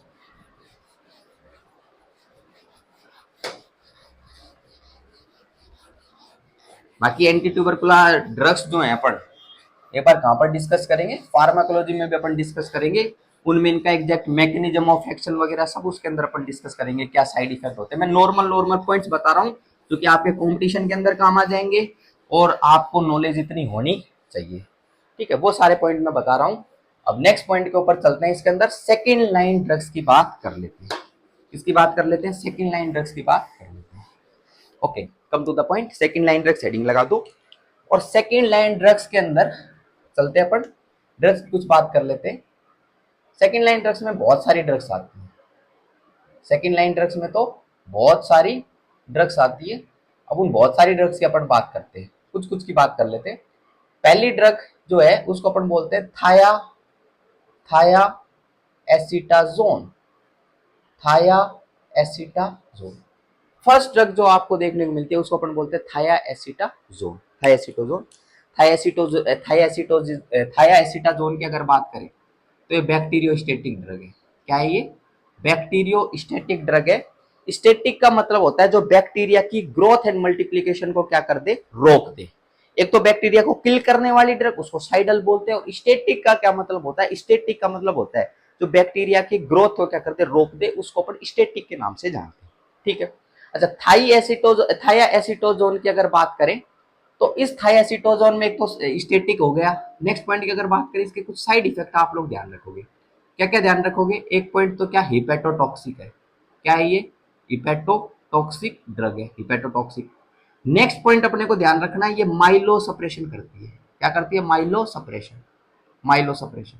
Milo suppression की अगर अपन बात करें, माइलो सप्रेशन, माइलो सप्रेशन का मतलब होता है बोन मैरो सप्रेशन। क्या होता है इसका मतलब, bone marrow suppression. Next point की अगर अपन बात करें, ये जो ड्रग है ये स्टीवन जॉनसन सिंड्रोम भी करती है। तो ये क्या करती है, स्टीवन जॉनसन सिंड्रोम भी करती है, स्टीवन जॉनसन सिंड्रोम। तो तीन इसके साइड इफेक्ट हो गए थाइएसेटाजोन की, जो कि आपको याद रखना है हिपेटोटॉक्सिक, माइलोसप्रेशन, स्टीवन जॉनसन सिंड्रोम। ये पॉइंट अपन क्या कर सकते हैं, इसमें ध्यान रख सकते हैं। नेक्स्ट पॉइंट कुछ वैसे और नॉर्मल नॉर्मल भी आप लोगों को देखने को मिलते हैं। जैसे कि अगर बात करें कुछ है जनरल साइड इफेक्ट की बात करें, नोजिया, वोमिटिंग वगैरह, ये पॉइंट अपन ध्यान रख सकते हैं। वो बहुत सारी ड्रग्स के आप लोगों को देखने को मिलते हैं। ऑलमोस्ट जितनी भी ड्रग्स होती है फार्माकोलॉजी में पढ़ते हैं वो नोजिया वोमिटिंग करती है, एक्सेप्ट एंटी इमेटिक्स, उनको छोड़कर। ठीक है, तो वो अपन पॉइंट उनके अंदर कंक्लूड कर सकते हैं। बाकी थायासिटाजोन की बात करी। नेक्स्ट ड्रग जो अपन इसके अंदर सेकंड लाइन ड्रग के अंदर अपन पढ़ते हैं that is para amino salicylic acid, para amino salicylic acid, and this para amino salicylic acid is again a bacteriostatic drug. It is again a bacteriostatic drug. Static drug आप लोगों को देखने को मिलती है। और खास बात इसकी, एक स्पेशल बात इसके बारे में ध्यान रखना कि ये जो ड्रग आप लोगों को देखने को मिल रही है para amino salicylic acid, it should be avoided with rifampicin. ध्यान रखना, Contra indicated with rifampicin, Contra indicated with rifampicin. Rifampicin के साथ में क्या करेंगे भाई, इसको कॉन्ट्रा इंडिकेटेड रखेंगे, इसको नहीं देंगे रिफाम्पिसिन के साथ में। क्यों? क्योंकि ये पैरामिनो सैलिसाइक्लिक एसिड जो आप लोगों को देखने को मिल रही है, ये रिफाम्पिसिन जो है, रिफाम्पिसिन के एक्शन को क्या कर देगी, डिक्रीज कर देगी। तो रिफाम्पिसिन के एक्शन को डिक्रीज कर देगी, इसीलिए रिफाम्पिसिन के साथ में अपन पैरा अमीनो सैलिसाइक्लिक एसिड को नहीं देते। ठीक है, थर्ड ड्रग की अगर बात करूं यहां पर और क्या पॉइंट अपन डिस्कस कर सकते हैं। Third point is इथियोनामाइड। कौन सी? इथियोनामाइड की अगर मैं बात करूं, इथियोनामाइड की, तो इथियोनामाइड के बारे में अपन क्या क्या पॉइंट ध्यान रख सकते हैं। Again it is again a drug जो कि सेकेंड लाइन ड्रग के अंदर अपन पढ़ रहे हैं। और इथियोनामाइड की अगर अपन बात करें तो पहला पॉइंट अपन ध्यान रखेंगे, ये जो ड्रग है ये आई टॉक्सिसिटी करती है। क्या करती है? ये आई टॉक्सिसिटी करती है। आई टॉक्सिसिटी आप लोगों को देखने को मिलेगी इसके साथ में। नेक्स्ट पॉइंट की अगर बात करें, हाइपोथायरॉयडिज्म, इस इथियोनामाइड के साथ में क्या देखने को मिल रहा है, हाइपोथायरॉयडिज्म। तो पेशेंट के अंदर जो साइड इफेक्ट इसका नजर आएगा वो नजर आएगा, हाइपोथायरॉयडिज्म नजर आएगा। नेक्स्ट पर्टिकुलर पॉइंट की अगर बात करें तो यहाँ पर आप लोगों को क्या देखने को मिलता है, इंपोर्टेंस की कंडीशन भी आप लोगों को देखने को मिल सकती है। कैसी कंडीशन? इंपोर्टेंस की कंडीशन भी आपको इस ड्रग के कारण देखने को मिल सकती है। इथियोनामाइड का हाई टॉक्सिसिटी और हाइपोथायरॉयडिज्म और इंपोर्टेंस की कंडीशन आप लोगों को देखने को मिलती है। तो ये कुछ पॉइंट अपन इसके अंदर कवर कर सकते हैं। नेक्स्ट पॉइंट की अगर बात करें अपन, और क्या क्या पॉइंट अपन ध्यान रखेंगे इधर, नेक्स्ट स्पेसिफिक पॉइंट के ऊपर चलते हैं, फोर्थ पॉइंट। तो फोर्थ पॉइंट की अगर अपन बात करें इधर, एक ड्रग स्ट्रेप्टोमाइसिन। कौन सी ड्रग? स्ट्रेप्टोमाइसिन। स्ट्रेप्टोमाइसिन स्ट्रेप्टोमाइसिन की अगर अपन बात करें तो स्ट्रेप्टोमाइसिन एक ये ड्रग आप लोगों को देखने को मिलती है जिसको अपन क्या करते हैं, इस ड्रग को अपन क्या करते हैं, इंजेक्टेबल रूट से इस्तेमाल करते हैं। किस रूट से इस्तेमाल करते हैं? इंजेक्टेबल रूट से अपन इस्तेमाल करते हैं। किससे इस्तेमाल करते हैं इसको? इंजेक्टेबल रूट से अपन इस्तेमाल करते हैं स्ट्रेप्टोमाइसिन को। नेक्स्ट पॉइंट की अगर अपन बात करें इसके अंदर, या फिर अपन इंजेक्टेबल की जगह पेरेंट्रल रूट बोल सकते हैं। क्या बोल सकते हैं? पेरेंट्रल रूट अपन बोल सकते हैं, उसके माध्यम से अपन इस्तेमाल करते हैं। नेक्स्ट पॉइंट की अगर बात करें स्ट्रेप्टोमाइसिन के बारे में, खास पॉइंट ध्यान रखना कि स्ट्रेप्टोमाइसिन जो होती है ये ऑटोटॉक्सिसिटी करती है। स्ट्रेप्टोमाइसिन क्या करती है? ऑटोटॉक्सिसिटी करती है। ऑटोटॉक्सिसिटी का क्या मतलब होता है भाई? हियरिंग, बोले तो सुनने के अंदर समस्याएं आप लोगों को देखने को मिलेगी, ऑटोटॉक्सिसिटी करेगी। तो ये पॉइंट अपन ध्यान रख सकते हैं। और ऑटोटॉक्सिसिटी अगर कर रही है तो कौन सी क्रेनियल नर्व को अफेक्ट करेगी? क्रेनियल नर्व नंबर 8 को अफेक्ट करेगी। कौन सी क्रेनियल नर्व को? क्रेनियल नर्व नंबर 8 को अफेक्ट करेगी, जिसको वेस्टिबुलो कोक्लियर नर्व के नाम से जानते हैं। तो ये स्ट्रेप्टोमाइसिन के कारण आपको देखने को मिलता है। बाकी स्ट्रेप्टोमाइसिन के यूज की अगर अपन बात करें, स्ट्रेप्टोमाइसिन के यूज की अगर अपन बात करें तो एक यूज तो अपन पढ़ ही रहे हैं, ट्यूबरकुलोसिस के अंदर अपन इसको क्या करते हैं, यूज करते हैं। बाकी नेक्स्ट पॉइंट की अगर अपन बात करें स्ट्रेप्टोमाइसिन की, तो इसको अपन कहां पर यूज करते हैं? इसको अपन यूज करते हैं सब एक्यूट इन्फेक्टिव एंडोकार्डाइटिस। सब एक्यूट इन्फेक्टिव एंडोकार्डाइटिस। ये ध्यान रखना, आईवी स्ट्रेप्टोमाइसिन का यूज अपन सब एक्यूट इन्फेक्टिव एंडोकार्डाइटिस के अंदर करते हैं। एम आई क्लियर और नॉट? तो ये कुछ पॉइंट अपन स्ट्रेप्टोमाइसिन के बारे में ध्यान रख सकते हैं। ऑटोटॉक्सिसिटी बहुत इंपॉर्टेंट सवाल है। बाकी पेरेंट्रल रूट जो है, पेरेंट्रल रूट उससे क्या करते हैं, इसका इस्तेमाल करते हैं। तो कुछ पॉइंट अपन इधर कवर करें। एम आई क्लियर और नॉट? नेक्स्ट पॉइंट की अगर अपन बात करें इसके अंदर और क्या पॉइंट अपन ध्यान रख सकते हैं, और ड्रग्स की मैं बात कर देता हूं इधर।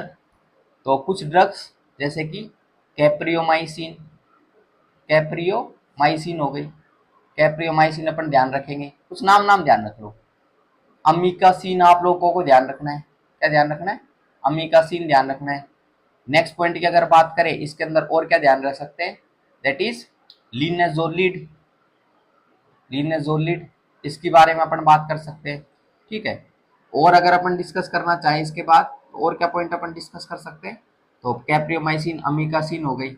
नेक्स्ट कुछ नए न्यूअर एजेंट्स भी आप लोगों को देखने को मिलते हैं, और वो न्यूअर एजेंट्स की अगर अपन बात करें, न्यूअर एजेंट्स में क्या क्या चीजें आपको देखने को मिलती है, जैसे कि अगर बात करें ऑफ्लोक्सासिन, ऑफ्लोक्सासिन ये एंटीबायोटिक हो गई, ऑफ्लोक्सासिन, लीवोफ्लोक्सासिन, लीवोफ्लोक्सासिन, ठीक है, सिप्रोफ्लोक्सासिन, सिप्रोफ्लोक्सासिन, सिप्रोफ्लोक्सासिन ये हो गई। ठीक है, ऑफ्लोक्सासिन, लीवोफ्लोक्सासिन, सिप्रोफ्लोक्सासिन, मोक्सीफ्लोक्सासिन, मोक्सीफ्लोक्सासिन, मोक्सीफ्लोक्सासिन।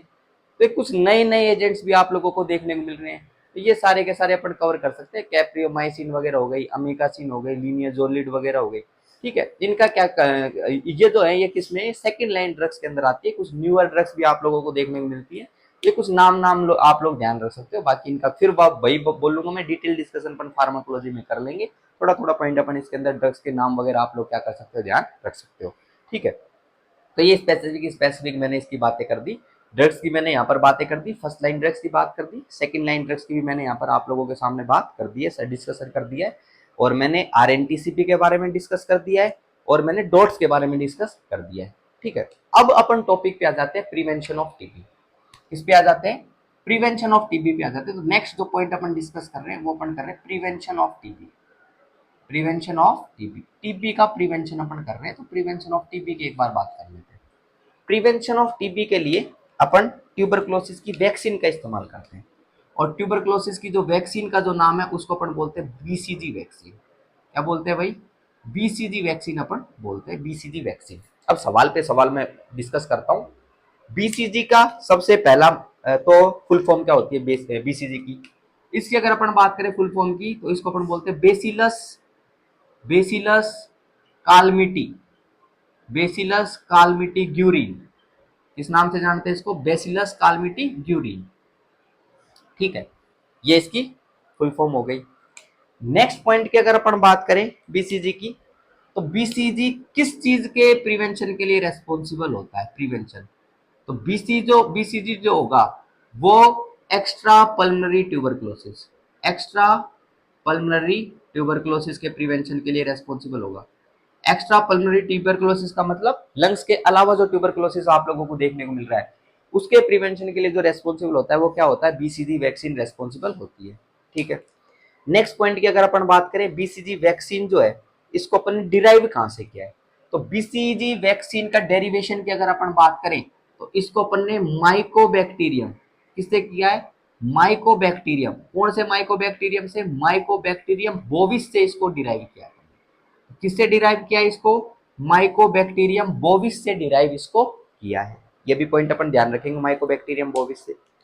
अच्छा, नेक्स्ट पॉइंट की अगर अपन बात करें, जो बच्चा आप लोगों को देखने को मिल रहा है जिसका जन्म हुआ है, बच्चा जिसका जन्म हुआ है, तो एट टाइम ऑफ बर्थ इसको अपन देते हैं। कब देते हैं, at time of birth, at time of birth. At time of birth क्या देते हैं अपन, बीसीजी को देते हैं, एट टाइम ऑफ बर्थ अपन देते हैं बीसीजी को। ठीक है, नेक्स्ट अगर बात करें, अगर कोई बच्चा जो है, कोई बच्चा 1 महीने से कम है, 1 मंथ से कम आप लोगों को देखने को मिल रहा है, 1 मंथ से कम है कोई बच्चा, और उसके अंदर अपन बीसीजी की वैक्सीन अगर इस्तेमाल करेंगे तो अपनी कितनी करेंगे, उसके अंदर अपन करेंगे 0.05 ml। कितनी, 0.05 ml। और कोई 1 महीने से ज्यादा है, 1 मंथ मोर, 1 महीने से कोई ज्यादा अगर बच्चा देखने को मिल रहा है तो उसमें बीसीजी की जो वैक्सीन अपन इस्तेमाल करेंगे वो 0.1 ml करेंगे। कितनी करेंगे, 0.1 ml करेंगे। तो बर्थ के टाइम पर देंगे, बर्थ के टाइम पर कितनी करेंगे, 0.05 ml का क्या करेंगे, इस्तेमाल करेंगे। 1 मंथ से ज्यादा आपको देखने को मिल रहा है तो 0.1 ml करेंगे। कब तक कर सकते हैं? चिल्ड्रंस की अगर बात करें लगभग 16 ईयर्स तक जब बच्चा नहीं हो जाते तो इतने बीसीजी वैक्सीन अगर नहीं लगाई है तो दे सकते हैं। नेक्स्ट पॉइंट की अगर बात करें, अगर कोई अडल्ट की अगर बात करें, अडल्ट अडल्ट तो अडल्ट की अगर बात करें तो ध्यान रखना लगभग कई बार 35 साल तक, अडल्ट की भी अगर बात करें लगभग कई बार 35 साल तक भी देने की जरूरत पड़ जाती है बीसीजी वैक्सीन। तो ये पॉइंट अपन ध्यान रख सकते हैं। अच्छा, बीसीजी वैक्सीन जो है इसकी अगर बात करें तो पॉइंट अपन ध्यान रखेंगे 10 से 15 ईयर्स, 10 से 15 साल तक प्रोटेक्शन करती है। एक बार बीसीजी वैक्सीन अपन ने लगा ली तो कितनी कितने साल तक? 10 से 15 साल तक क्या करती है? प्रोटेक्शन करती है। ये भी पॉइंट अपन ध्यान रखेंगे।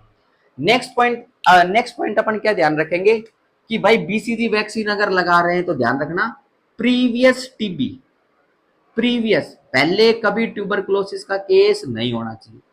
पहले कभी पेशेंट के अंदर कोई जो भी पर्सन है, जैसे अडल्ट 35 साल को हो रहा है, उसमें कभी भी ट्यूबरकुलोसिस का केस नहीं होना चाहिए। ध्यान रखना प्रीवियस टीबी का केस आप लोगों को देखने को नहीं मिलना चाहिए, क्योंकि अगर प्रीवियस टीबी का केस होगा तो उसके अंदर पहले बेसिलाई वगैरह प्रेजेंट आप लोगों को देखने को मिल रहे होंगे, और वो अगर बीसीजी वैक्सीन अगर आप लोग लगाओगे तो उस कंडीशन के अंदर फिर वहां पर क्या डेवलप होगी? हाइपर सेंसिटिविटी रिएक्शन डेवलप होगी।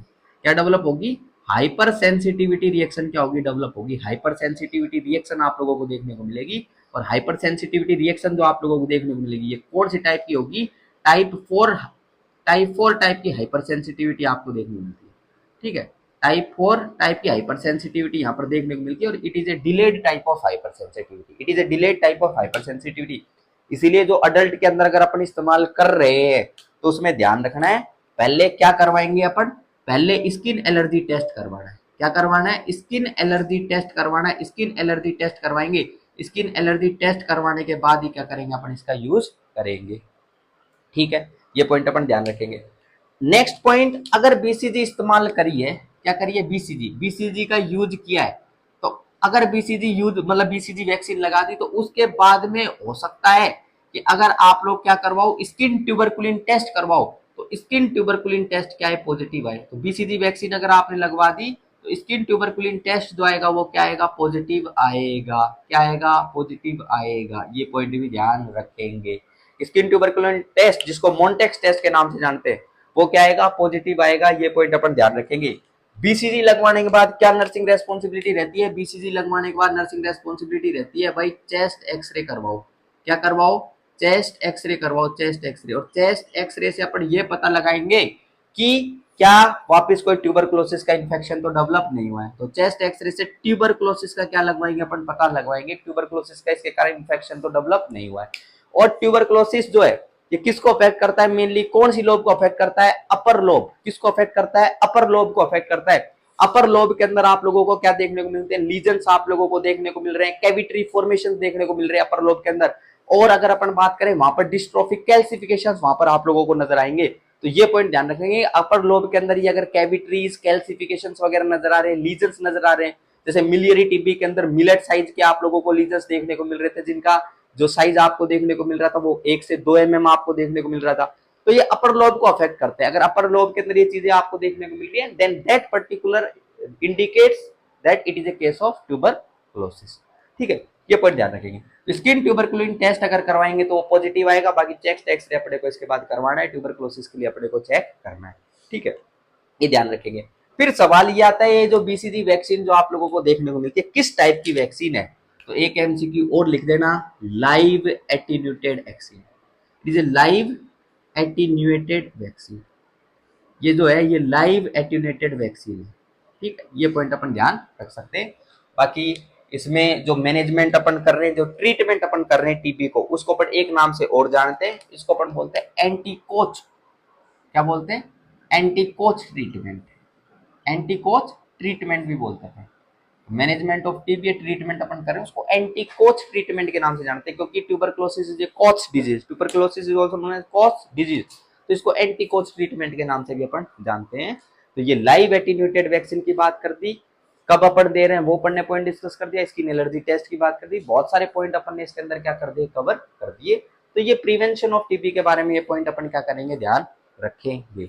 रख लोगे क्या? ध्यान रख लोगे क्या? वो काफी इंपॉर्टेंट बातें मैंने डिस्कस करी। अच्छा, साइट के बारे में आप लोगों को बता देता हूँ।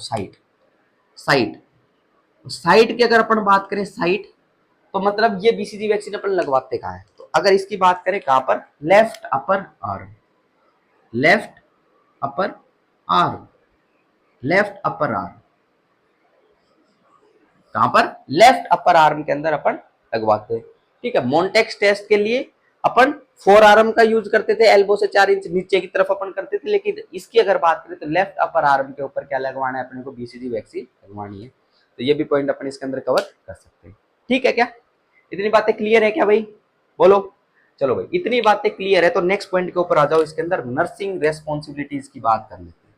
किसकी बात कर लेते हैं, नर्सिंग रेस्पॉन्सिबिलिटी, नर्सिंग रेस्पॉन्सिबिलिटीज की अपन बात कर लेते हैं।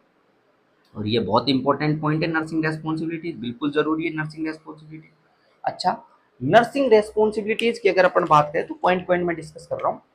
पहला पॉइंट ध्यान रखना, monitor, monitor the patient, monitor the patient for respiratory rate, for respiratory rate, next respiratory efforts, respiratory efforts and breathe sounds, and breath sounds का ऑस्कल्टेशन भी करना है, बहुत जरूरी है।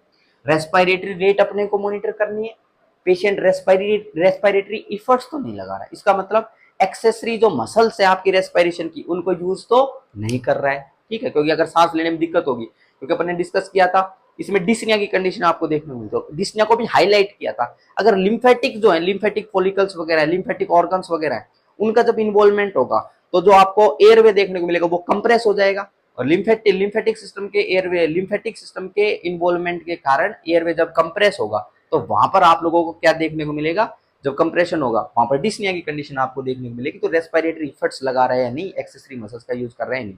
ब्रीथ साउंड की अगर बात करें तो ब्रीथ साउंड्स को अपने को मॉनिटर करना है। जैसे कि अगर बात करें, पॉइंट अपन ध्यान रख सकते हैं ब्रीथ साउंड में, क्या पॉइंट अपन ध्यान रख सकते हैं कि भाई क्रैकल्स, क्या क्रैकल्स, क्रैकल्स और रोंकाई, एडवांस्ड केसेस जो आपको देखने को मिलते हैं, किसकी बात कर रहा हूं, एडवांस केसेस ऑफ ट्यूबरकुलोसिस की बात कर रहा हूं, उनके अंदर रोंकाई और क्रैकल्स आप लोगों को सुनाई दे सकते हैं। और अगर बात करें इसके अंदर ध्यान रखना कि वीजिंग साउंड, कई बार वीजिंग साउंड आप लोगों को सुनाई देती है, वीजिंग साउंड, और क्या डिस्निया, और ये आप लोगों को कब सुनाई देता है, वीजिंग साउंड और डिस्निया की अगर बात करें, ये डिनोट करेगा भाई एयरवे ऑब्स्ट्रक्शन, किसको डिनोट करेगा, एयरवे ऑब्स्ट्रक्शन को डिनोट करेगा।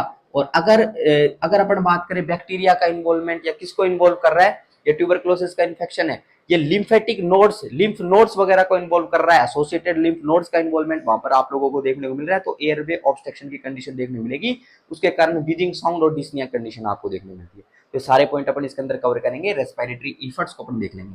नेक्स्ट पॉइंट की अगर अपन बात करें, परक्यूशन अगर करेंगे, क्या करेंगे अपन, परक्यूशन अगर करेंगे तो परक्यूशन करना भी बहुत जरूरी है। अपने को नजर आएगा, क्या नजर आएगा, डलनेस आपको देखने को मिलेगी, डलनेस इन लंग्स। ठीक है, डलनेस इन लंग्स आपको नजर आएगी, तो ये पॉइंट अपन ध्यान रखेंगे। नेक्स्ट पॉइंट अगर अपन बात करें, avoid smoking, avoid smoking, avoid smoking. Next point, air pollution को अवॉइड करेंगे, एयर पोल्यूशन को अवॉइड करेंगे, एंड एनवायरमेंट को अपन अवॉइड करेंगे, ओपन एनवायरमेंट को क्या करवाने वाले, माने अवॉइड करवाने वाले हैं। ठीक है, नेक्स्ट अगर बात करें, avoid contact, avoid contact, avoid contact with normal, normal persons, normal persons है, नॉर्मल फैमिली पर्सन्स वगैरह है, उनको क्या करना है, अवॉइड करना है, या इन्फेक्टेड जो पेशेंट है उनसे कॉन्टैक्ट को क्या करना है, अवॉइड करना है। क्योंकि अपने डिस्कस किया था मोड ऑफ ट्रांसमिशन के अंदर कि जो ड्रॉपलेट न्यूक्लियाई है उसकी फॉर्म के अंदर क्या होता है, ट्रांसमिशन आपको देखने को मिलता है, वो मोस्ट फॉर्म होती है, मोस्ट कॉमन फॉर्म होती है।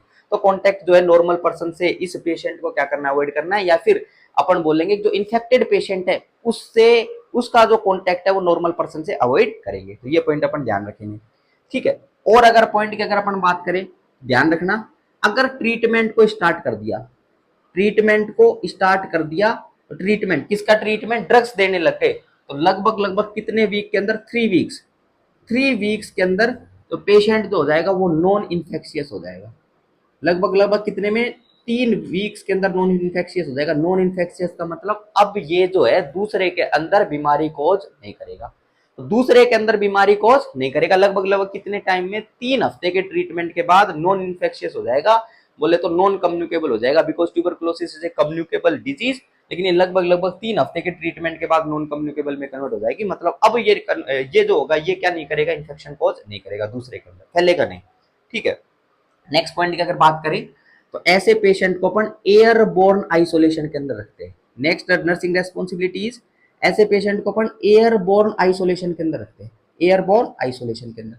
एयरबोर्न आइसोलेशन की अगर अपन बात करें तो एयरबोर्न आइसोलेशन का मतलब कंप्लीटली पैक्ड रूम अपन रखते हैं, कंप्लीटली पैक्ड रूम।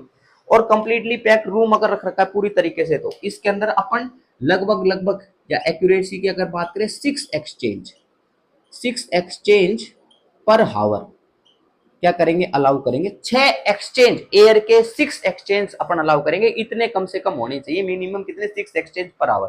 पूरे टाइटली पैक अपन ने रूम को रख रखा है, एयरबोर्न आइसोलेशन में पेशेंट को रखा है।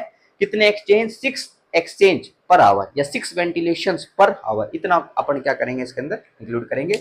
बाकी अगर नर्स ऐसे पेशेंट की केयर कर रही है तो ध्यान रखने की आवश्यकता है, हैंड वॉशिंग का विशेष ध्यान रखना है। किसका ध्यान रखना है, हैंड वॉशिंग का ध्यान रखना है, बार बार हैंड वॉशिंग करना है। नेक्स्ट अगर बात करें, स्पेसिफिक टाइट फिटेड मास्क का इस्तेमाल करना है, उसको अपन रेस्पायरोमीटर के नाम से जानते हैं। किस नाम से जानते हैं, रेस्पायरोमीटर के नाम से जानते हैं। ये किसकी बात कर रहे हैं, अपन नर्स की बात कर रहे हैं। अगर हॉस्पिटल सेटिंग के अंदर, क्लिनिकल सेटिंग में पेशेंट है तो हैंड वॉशिंग का विशेष ध्यान रखना है, रेस्पायरोमीटर का क्या करना है, यूज करना है। बाकी साथ के अंदर क्लोथिंग वगैरह भी जो है वो ड्रॉपलेट न्यूक्लियाई से क्या हो सकती है, वो अफेक्ट हो सकती है। वहां पर आप लोगों को ड्रॉपलेट न्यूक्लियाई लग सकता है, उसके कारण इन्फेक्शन हो सकते हैं। तो इसीलिए क्या पहनना है, गाउन पहनना है। क्या पहनना है, गाउन पहनना है। नेक्स्ट पॉइंट की अगर बात करें, जब पेशेंट खांसेगा, हंसेगा, दूसरों से बात करेगा तो बोल देना टिश्यू लगा लेना है। तो place tissue on mouth, place tissue on mouth, place tissue on mouth while while talking, speaking, laughing, coughing, ये सारे पॉइंट अपन ध्यान रख सकते हैं। अगर ये कुछ भी चीज कर रहा है पेशेंट, तो वो साथ में क्या रखेगा, टिश्यू रखेगा, हैंकी रखेगा, मुंह को क्या कर लेगा, कवर कर लेगा। नहीं तो वो ड्रॉपलेट न्यूक्लियाई की फॉर्म के अंदर वो बाहर आ जाएंगे और वो जो है वो एयर के अंदर फिर क्या हो जाएंगे, ड्राई हो जाएंगे और वो इनहेल कर लिए जाएंगे एयर के माध्यम से। इसीलिए पॉइंट अपन ध्यान रख लेंगे, ड्रॉपलेट न्यूक्लियाई को अपन प्रिवेंट कर रहे हैं, तो ये पॉइंट अपन ध्यान रखेंगे। ठीक है, ये नर्स के बारे में बात अपन ने कर ली। और ऐसे पेशेंट की अगर अपन बात करें तो पेशेंट को बता देना है क्या, कि पेशेंट जो है वो सर्जिकल मास्क का यूज करे, सर्जिकल मास्क का क्या करे, यूज करे, सर्जिकल मास्क का यूज करे। तो ये भी पॉइंट अपन क्या कर सकते हैं, इसमें ध्यान रख सकते हैं कि सर्जिकल मास्क का क्या करे, यूज करे। Next point, avoid crowd places. Next point is avoid crowd places, avoid crowd places, avoid crowd places, ये पॉइंट अपन ध्यान रखेंगे। नेक्स्ट ध्यान रखेंगे इसके अंदर पहले टीकाकरण हुआ था कि नहीं, वैक्सीनेशन वगैरह हुआ था कि नहीं, ये भी पॉइंट अपने को ध्यान रखना है। ठीक है, तो ये सारे के सारे पॉइंट क्या है, ये नर्स की रेस्पॉन्सिबिलिटीज है। ये क्या है, नर्स की रेस्पॉन्सिबिलिटी है। नेक्स्ट पॉइंट है drugs, drugs on time, drugs on time. Drugs का इस्तेमाल जो है वो टाइम के ऊपर होना चाहिए, बिल्कुल टाइम के ऊपर ड्रग्स को क्या करना है, देना है, और राइट ड्रग्स को देना है। तो ये भी पॉइंट अपन ध्यान रखेंगे। और अगर अपन बात करें हॉस्पिटल सेटिंग के अंदर रख रखा है, तो जो रिलेटिव्स वगैरह आएंगे उनके कॉन्टेक्ट को क्या करना है, अवॉइड करना है। Avoid, avoid relatives, avoid relatives to meet patient, avoid relatives to meet patient, patient से मिले ना। ये पॉइंट अपन क्या कर सकते हैं, इसमें ध्यान रख सकते हैं कि बार बार वो पेशेंट से मिले ना। ठीक बात है क्या। तो इतने सारे के सारे पॉइंट अपन ने इधर क्या करें, कवर करें। ये सारे के सारे पॉइंट अपन क्या कर सकते हैं, इसके अंदर ध्यान रख सकते हैं। बाकी कुछ नर्सिंग रेस्पॉन्सिबिलिटीज आप लोग कवर कर सकते हो, उसके अंदर कुछ पॉइंट आप लोग ध्यान रख सकते हो। ठीक है, तो आज के लेक्चर को अपन यहीं समाप्त करते हैं। Thank you so much for the class.